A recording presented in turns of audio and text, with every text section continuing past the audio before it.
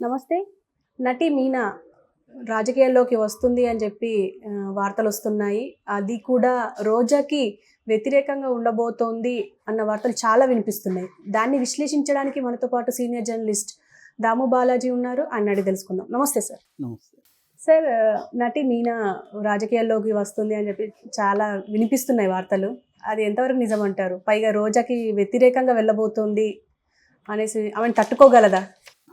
అంటే ఇది దాన్నేమంటారు, మన ఎద్దు ఈనిందంటే దూడని కట్టేసినట్టుగా ఉంటుంది. బేసిక్గా అంటే అదొకటి. రెండోది నిప్పులేందో పొగరాదు అన్నట్టుగా మొన్న ఒక సంఘటన జరిగింది. అదేంటంటే ఢిల్లీలో పొంగల్ అంటారు కదా, మన తమిళ్లో సంక్రాంతిని పొంగల్ అంటారు వాళ్ళు.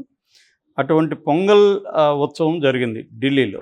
ఎల్ మురుగన్ అని తమిళనాడు నుంచి కేంద్ర మంత్రి, ఆయన సమాచార మత్స్యశాఖ పశుసంవర్ధక శాఖ మంత్రి. ఆయన కండక్ట్ చేశాడు పొంగల్ని. దానికి పిఎం అటెండ్ అయ్యారు, మన నరేంద్ర మోడీ, చాలామంది మంత్రులు, సీనియర్ నాయకులు అటెండ్ అయ్యారు. దానికి ప్రత్యేక ఆహ్వానితురాల్లాగా మీనా అని పిలిచారనమాట. అక్కడ ఆ ఫంక్షన్లో కూడా మోడీ మీనాకు అట్మోస్ట్ ఇంపార్టెన్స్ ఇచ్చాడు. దాంతో ఒకసారిగా ఎందుకు ఇంపార్టెన్స్ ఇస్తున్నాడు? మామూలుగా మోడీ స్థాయి వాళ్ళు ఊరికే ఎవరికేం ఇంపార్టెన్స్ ఇవ్వరు. వాళ్ళు ఎవరికైనా ఇంపార్టెన్స్ ఇస్తున్నారంటే దాని వెనుక ఒక రాజకీయ వ్యూహం ఉంటుంది ఖచ్చితంగా.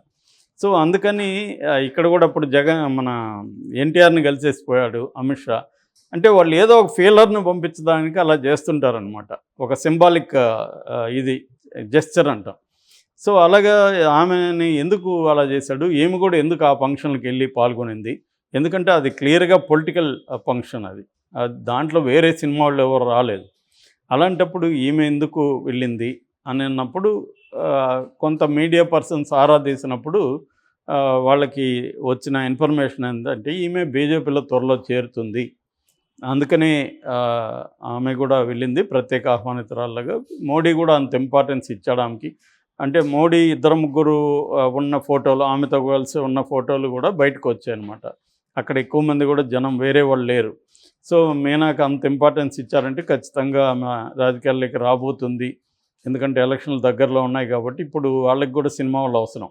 వాళ్ళ ప్రతి చోట మనం చూసినప్పుడు మోడీ కానీ బీజేపీ కానీ ప్రతి రాష్ట్రంలో కూడా సినిమా వాళ్ళని ఉపయోగించుకోవడం ఎలక్షన్లలో స్టార్ క్యాంపెయినర్లుగా కావచ్చు, లేకపోతే కొన్ని ప్రత్యేకమైన నియోజకవర్గాల్లో వాళ్ళని ఫోకస్ చేయడం కావచ్చు, లేదా పార్టీలకు తీసుకొని వాళ్ళని క్యాండిడేట్లుగా పెట్టడం కావచ్చు. రకరకాల పద్ధతిలో సినిమా గ్లామర్ని, సినిమానే కాదు క్రికెట్ కావచ్చు, ఎనీ సెలబ్రిటీస్ని వాళ్ళు ఏంటంటే బీజేపీకి ఉండే స్ట్రాటజీ ఏంటంటే ప్రతి రాష్ట్రంలో కూడా ఆయా రంగాల్లో నిష్ణాతులుగా ఉండి ఒక పేరు ప్రఖ్యాతులు ఉండి వాళ్ళకంటూ ఒక ఇమేజ్ ఉంటుంది కదా, ఆ ఇమేజ్ ఉన్న వాళ్ళని వీళ్ళు ఏదో రకంగా ఉపయోగించుకోవడం అనేది ఎప్పటి నుంచో చేస్తున్న ఒక స్ట్రాటజీ అనమాట బీజేపీ.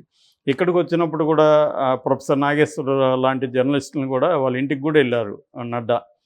అంటే ఒక సింబాలిక్ జెస్చర్ వాళ్ళు పంపిస్తారు. రెండోది ఒక ఇన్ఫ్లుయెన్సర్లు వీళ్ళంతా.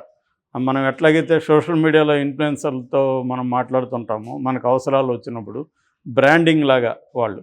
సో అలాంటి ఇన్ఫ్లుయెన్సర్లు సమాజంలో వివిధ ఫీల్డ్లో ఉండే ఇన్ఫ్లుయెన్సర్లని బీజేపీ కలవడం, వాళ్ళని ఉపయోగించుకోవడం అనేది జరుగుతుంటుంది.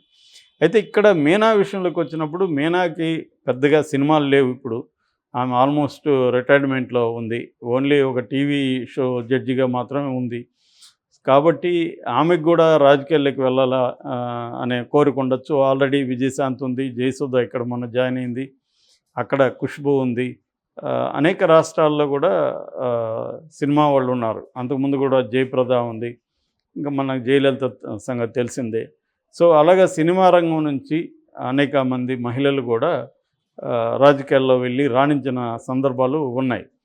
సో మనకి నవనీత్ కౌర్ కూడా తెలుగు, ఆమె కూడా ఎంపీగా ఉంది. సో ఈ కాంటెక్స్ట్లో మీనా కూడా రాజకీయాల్లోకి రావచ్చు అనేదైతే ఎక్కువ మంది నిర్ధారిస్తున్నారు. ఆమె అయితే అనౌన్స్ చేయలేదు. అట్లాగే వాళ్ళ కుటుంబ సభ్యులు కూడా ఖండించారని కూడా వార్తలు వచ్చాయి. మాకైతే ఇన్ఫర్మేషన్ లేదని. ఇవన్నీ మామూలే. వాళ్ళు ఒకసారి డిసైడ్ అయినప్పుడు ఎప్పుడు అనౌన్స్ చేయాలనేది కూడా వాళ్ళకి ఒక క్లారిటీ ఉంటుంది. అప్పటి వరకు ఖండిస్తుంటారు. ముందు రోజు వరకు కూడా ఖండించి మరుసటి రోజు అనౌన్స్ చేసిన సందర్భాలు ఉన్నాయి. ఇదేంటంటే రాజకీయాల్లో టైమింగ్ అనేది ఇంపార్టెంటు. సో ఎప్పుడు ఎలా ప్రాపర్ ప్లాన్ చేసుకొని, రెండోది టర్మ్స్ అవన్నీ మాట్లాడుకోవాల్సి ఉంటుంది. నేను చేరడం వల్ల నాకేంటి ఉపయోగం అని ఈమె అడగచ్చు. అంటే నాకు ఎక్కడ కంటెస్ట్ చేయమంటారు ఏంటి, ఇవన్నీ మాట్లాడుకోవాల్సి ఉంటుంది, విధి విధానాలు ఇవన్నీ. అందుకని కూడా అనౌన్స్ చేయకపోవచ్చు. ఏదేమైనా అనౌన్స్ చేస్తారని అంటున్నారు. సో ఇప్పుడు ఆమె ఎక్కడ నిలబడుతుంది అనుకున్నప్పుడు నగిరిలో నిలబడుతుంది అనేది ఒక ఇది వస్తుంది. ఇది మరి ఎవరైనా కావాలని పుట్టించారా లేకపోతే నిజమా అనేది మనకు తెలియదు. ఎందుకంటే నగిరిలో రోజా ఉంది, ఆమె కూడా సినిమా, వీళ్ళిద్దరు కలిసి కూడా నటించిన సినిమాలు ఉన్నాయి.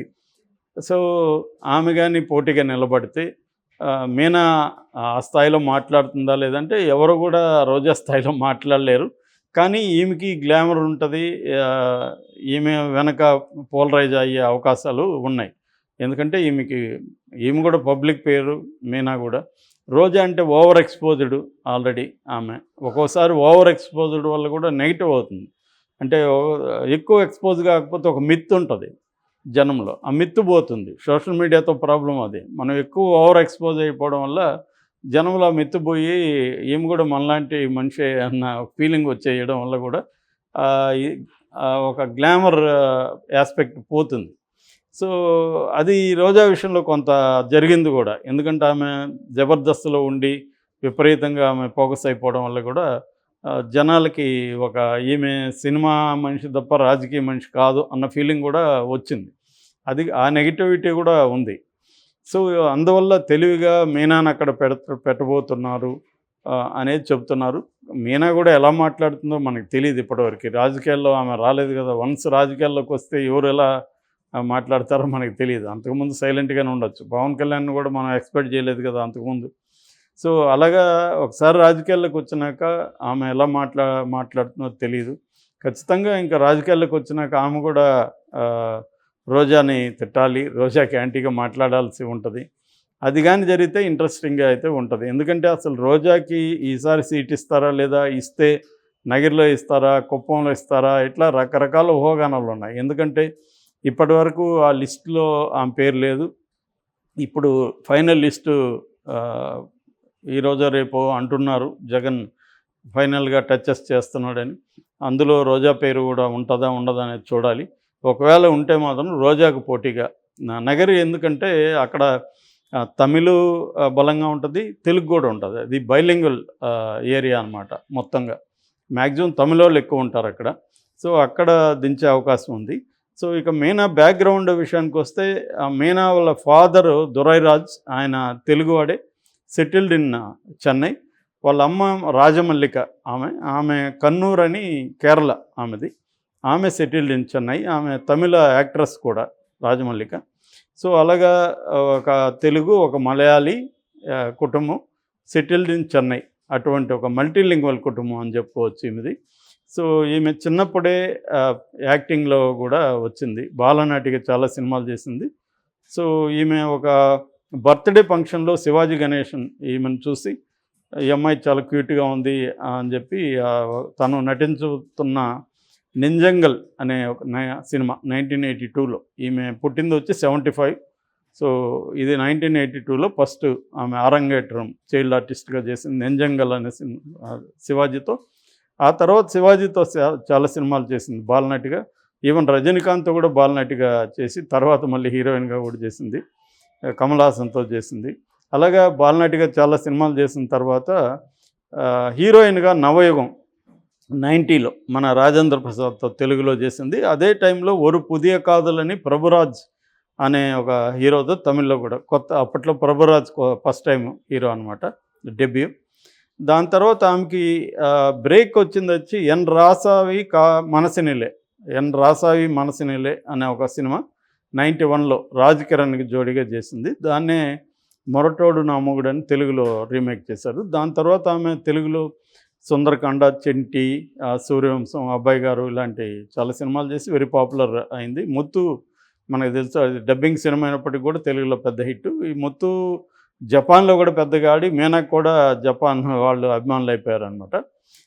దాని తర్వాత ఆమె కొంత గ్యాప్ వచ్చిన తర్వాత విద్యాసాగర్ అనే ఒక సాఫ్ట్వేర్ ఇంజనీర్తో 2009లో బెంగళూరులో పెళ్లి చేసుకుంది. వాళ్ళకు ఒక పాప నైనిక అని. ఆ పాప కూడా మన విజయ్ సినిమా తెరీలో బాలనటిగా చేసింది. ఆయన మొన్న లాస్ట్ ఇయర్ చనిపోయాడు. వాళ్ళ హస్బెండ్ అంటే పోస్ట్ కోవిడ్ దీంతో లంగ్స్ ఎఫెక్ట్ అయ్యి చనిపోయాడు.